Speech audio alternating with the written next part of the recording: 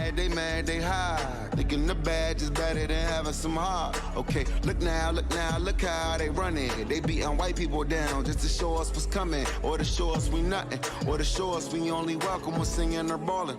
You shut up and dribble. Word, rock, low. Hey everybody, I'm Carrie Champion. Welcome to We the People. So today we are having a very candid conversation with athletes and artists who want to make sure that you use your voice to vote. Voting is your voice. So we have so many different issues that have happened in this country. It's really, truly unprecedented time. So I'm looking forward to these conversations. I think you'll be educated as well as entertained, but most importantly, informed. We have morethanavote.org, whenweallvote.org, and fairfight.com. Those resources are imperative as we try to change our future.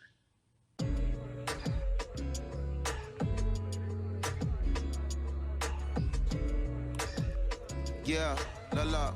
There's no way that we can talk about hip hop or even the fact that we want to talk about activism, black voter suppression, without bringing in this guy straight from Port Arthur, Texas. We are talking about Bun B. He is an activist, a scholar, and an all-around gentleman. Thank you so much for spending some time with us. Bun, I don't want to start heavy, but I guess I have to, because that's where we are in the world today. It's heavy as hell. And when you think about what needs to happen in this country in terms of change, what's the first thing that you think of? Equality. That's pretty much the first thing that comes to mind, right? Black people need to be seen as equals in this world. You know, we had to fight just to be recognized as a full citizen in this country and not 3/5. The world is now seeing what we've known for so long in the culture and in the community. The one way that we can fight is obviously voting. Talk to me about what voting means to you. I hear people all the time talking about one vote doesn't matter and that voting doesn't make a difference. If that's true, why do they work so hard to suppress the black vote? Because they understand the power of the vote. And so it's time that black people collectively also understand the power of their vote. And not just on a national level, because a lot of times we only have this conversation every 4 years. People need to be very much involved in their local politics. They need to understand who their elected officials are, where they stand on issues that affect you. And you need to use your vote to either support the ones that care about you and your condition, or to elect people who do. A newer initiative that we're dealing with is educating felons, right? So in the state of Texas, if you're a felon, right, if you've been to jail or to prison, but you're no longer on probation or parole, you have the right to register to vote. Another thing that was just brought to my attention, there's an initiative called Orange, which is happening not just in Houston, but all over the country. If you're in jail currently during pretrial, but you have not been convicted, like you're still in jail waiting for your day in court, you are still eligible to vote. And you said something so key. They work so hard to hope that we stay uninformed, but more importantly, to suppress the black vote. If you could do one thing with this message that we're trying to send today about how important voting is, what type of images would you like our people to understand and see when they go to these polls and vote, or when they cast their ballots? I think the images that we've all seen, you know what I'm saying, for decades in this country, if not centuries in this country, we've seen black people oppressed, we've seen black people attacked. So every time you look back and you see those old black and white images of people of color being attacked by dogs and people of color being sprayed with hoses, that's what they were fighting for. Back then, they were just fighting for a chance to vote. People like Martin Luther King Jr., people like Malcolm X, these people died to help us be in a position to have the power that we have now, which is to be able to cast a vote and make a decision about the people that have controls over our lives. So, I mean, if you in your own community need a reason to vote, look at a person like George Floyd. If the people in your city are not open to police reform, are not open to having the conversation about defunding the police, are not open to issues concerning economic equality, judicial equality, and racial equality, right? If they're scared to say Black Lives Matter, you have the power to put people in those positions who do believe that Black Lives Matter, who do believe in racial equality, economic equality, judicial equality, right? That's right. Who see us as human beings. And if the people in your community don't feel that way, vote them out. It's that simple. It's just vote them out. We don't have enough time to sit around and hope that people change their minds. Yeah, Bumpy, you point out something so important. We have the power. And that is in our vote, and that is with our voice, and that's how we use our voice. I think of where we are right now. People say this is a particular moment, but it is a movement, not just a moment, it is a movement.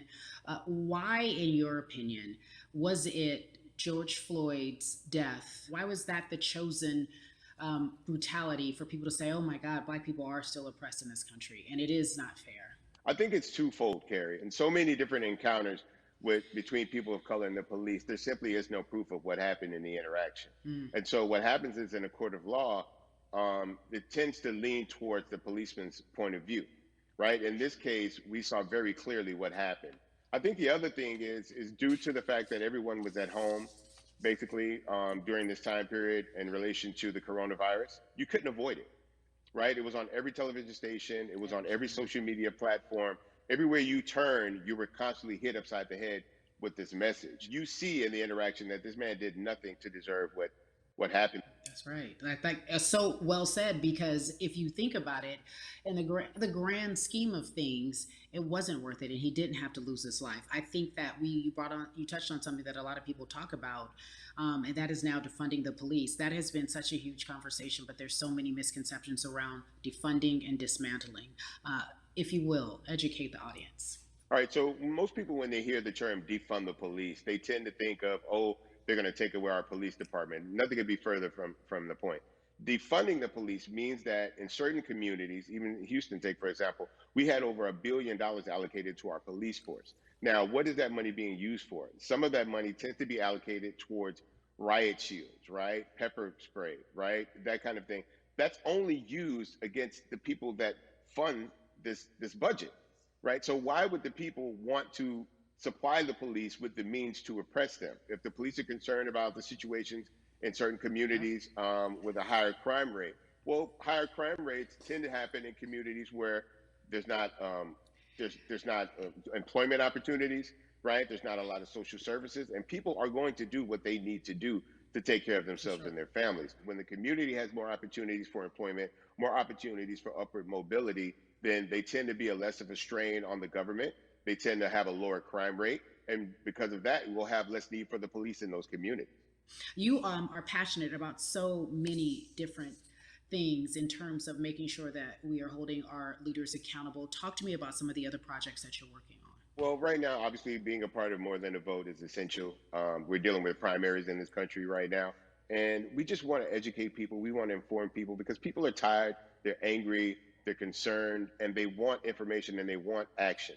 And so we want to make sure that we give them the right information and lead them in the right direction. And we thank the people that do not look like us for standing with us right now because it's very Amen. important that people who aren't black be involved because if black people could have gotten rid of racism, we would have done it hundreds of years ago. And so I'm trying to use my voice and my platform just to let people know that if they feel like I do, there's a number of places they can go to enact change in their community. People need to know about how their city council runs. They need to know that they have the ability to speak when city council meets, to let them know that that's not the way that they feel their city needs to be run. Those are not the places that they feel the money of their And community Bun, needs to be allocated. and Bubby, even a step further, they can run for office in their local community. They can run for positions. Like people act like they leave it up to somebody else. If you're upset, it's not hard to get on the school board. It's not hard to be a part of the city council. It really isn't. And depending on how small your town is, you could be a mayor. It's the power is with the people, and we need to just know that that's happening. Absolutely. And it's always been with the people. You know, if you look at Trayvon Martin's mother, Sabrina Fulton, right? She felt that there was a system of racism and a system of oppression that led to her son's death. And so what did she do? She ran for city council and she was elected to Yeah. city council. Our own former president, 44, Barack Obama, right, started in the community as an activist, ran for an elected position, became senator, ran for another elected position, and became president of the United Mm-hmm. States. So don't think that Mm-hmm. you can't make a difference. You know what I'm saying? You don't need a lot of money. You don't need a lot of power. Your voice is enough to make a difference. Amen. I feel like I need to go out and run for something. You gave me a rousing speech there, sir. I'd be remiss if I didn't ask you this. When I talk to my brothers, I have to ask you, as a black man, how are you doing? Are you okay? I'm good. I'm good. I have a very strong relationship with God. So prayer definitely works for me. I have children and grandchildren who are watching me, who are encouraged by what I do, and they're proud of me right now, and that's really what matters. The change starts at home, so as long as you have a support system that believes in what you're doing and supports you in what you're doing, you have everything you need to go out there and fight the good fight. And for those that don't, there's a community of people here to help you. So you can go to places like morethanavote.org. There are many different places that will encourage you, inform you, and they will put you with groups of people that feel like you, that are ready to take action. So no one has to go about this alone if they want to do it. Yeah, yeah, we're stronger together. People have been saying it, but that has much more meaning now that we are in our movement, not just this moment. Bumby, it has been an education, always a pleasure. Thank you so much. I appreciate you. Keep fighting the good fight. Keep up the good fight.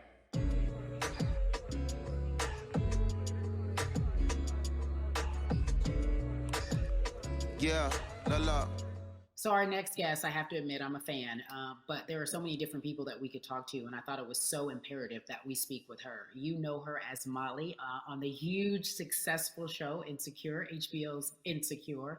She also has a comedy special highlighting her Nigerian roots, and she's an amazing podcaster. Let's welcome in Yvonne Orji, everyone. You have such a beautiful way of making things funny, giving us our medicine with some candy, right? The humor Yeah. and the healing. You bring all of that to your space. And right now, as you look across this country and how everyone is so broken and so upset, if it's not social injustice, it's the pandemic, it's depression, it's unemployment, the list goes on and on. How are you doing, quite frankly? I'm rediscovering self in a way that is hard but necessary, that will lead to ultimate joy. I know it sounds like a lot, but no, I think I personally think that God put all of us on a global timeout. Like we just, America hasn't done as good as other people when it comes to timeouts, because everyone else is out playing at recess, and we're still in the principal's office hoping and wishing we can come out. But I think that if we settle into the timeout and really learn the lesson that we're supposed to learn from this season, I think we'll emerge better. We'll learn how to play well with others in more ways than one. And so personally for me, I'm taking this time to learn me in a new way. I feel like I'm being ushered into a new season, and I'm getting still, because sometimes the busy uh, confounds the work that we're supposed to actually be doing. We're busy doing other stuff, but we got work that we need to do on the inside. And I'm leaning into it. I'm like, dang, I thought I was gonna be able to rest like everybody else. And God's like, nah, we got work to do. You know what? And I think that's what everybody is saying about 2020. It's demanding that we be better. And you said it's a global timeout. What do you mean by that? Yeah, it's like everyone sit down, be humble, to quote the great prophet Kendrick Lamar.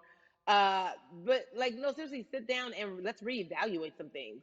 Let us unearth and shake up the things that we have been trying to hide within ourselves, within our nation. I think America is going through an unraveling right now, a much needed, a much necessary one. And I think all eyes on us, right? There is no, oh, I was on the subway for an hour, so I didn't miss that thing that happened. No, everybody was home. Everybody, was watching when George Floyd died, and everybody, no one could hide it. Everyone was watching when Amy Cooper called the cops. Like, this is a time where it's like, oh, we can't pretend it away. We can't excuse it away. No, no, no, no, no. It's a global timeout. Sit down, watch, and let's learn. And globally, it's like, hey, we were going business as usual, but it ain't usual no more. Like that, Yeah. that's old.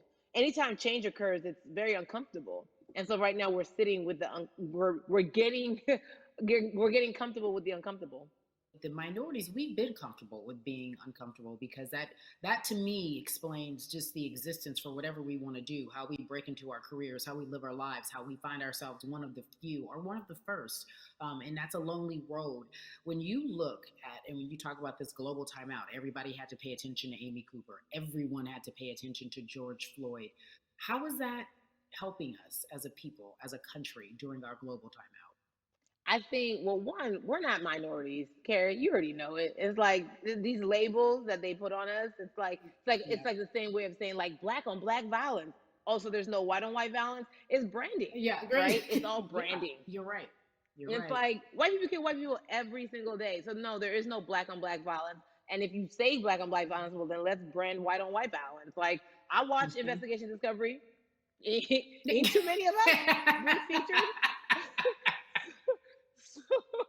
so, I just even like, but to answer your question, what does that do? I think what everyone expected is what has happened in the past when the world was still open, right? In that, okay, you had everyone from Trayvon Martin to Castillo to Sandra Bland. You had all of these lives lost, and black people made some noise. We rioted, we got out in the streets, we started the Black Lives Matter movement, all of those things. And then white people kind of just like, oh, let's give them something. And then it's just like, is it over? It's like Oscar is so black. Okay, okay, good. We gave some Oscars. Are we good now? Like, are we even? Mhm. And it's now it's just Mhm. like, oh, no, no, no, no, no. This is not about like a band-aid. It's like, yo, we might have to amputate the leg a little bit, but it's all right because we're gonna by amputating the leg, we're gonna save the body. And so I think that's what's happening now. Like, America is realizing, like, oh, black people aren't just making a little bit of noise. Like, the protests are still out, the conversations are still being had, the change is still being demanded. And I think they're seeing, oh, this is not going no way. And no, it's not, because we need systematic change. What a beautiful way to explore what is happening and describe our country. We might have to amputate the leg, but that's to save the body. That's what's happening right now. That's beautiful, Yvonne. And to that end, I have to ask you this, because the way that we do that, we use our voice. And our voice right now in this world, in this country, is our vote. And everyone talks about voting and how important it is, but I feel like more than ever we understand that it's not just about voting every 4 years for the man in office. It's about your local elections. It's about the mayor. It is about the district attorney, the people who have the power to bring charges against police if police brutality is an issue in your community. If you care about your school district, you can run for the school board. I ask this of you, right? Your parents are from Nigeria. You are Nigerian. You talk about that very lovingly. What does voting mean for you? I think voting is power. I remember, I became a naturalized citizen back in the '90s, when because I was still a minor. My mom naturalized, and so we were able to do it under her. And just even that power of, like, we're American citizens and all the access that we have by being citizens. One of those accesses and those access to power being voting. It's a big deal. It's a big deal because not only are we do we have the opportunity to be in this country, but now we can be of the country. We can be of the systems. We can be of the rules. We can be of what it actually affords. But I think, going back to your earlier comment about just the setup of systems, I think we are done a disservice. Either it's schools or whatever it is, and I'm not putting teachers on blast. I think teachers do a phenomenal job, but for some reason we do not, and give them all the raises. I know too many parents who are like, I might, this child of mine, I do love them, but hey, who where can I drop them off? And I do think that there is a disservice done, because again, when we talk about them,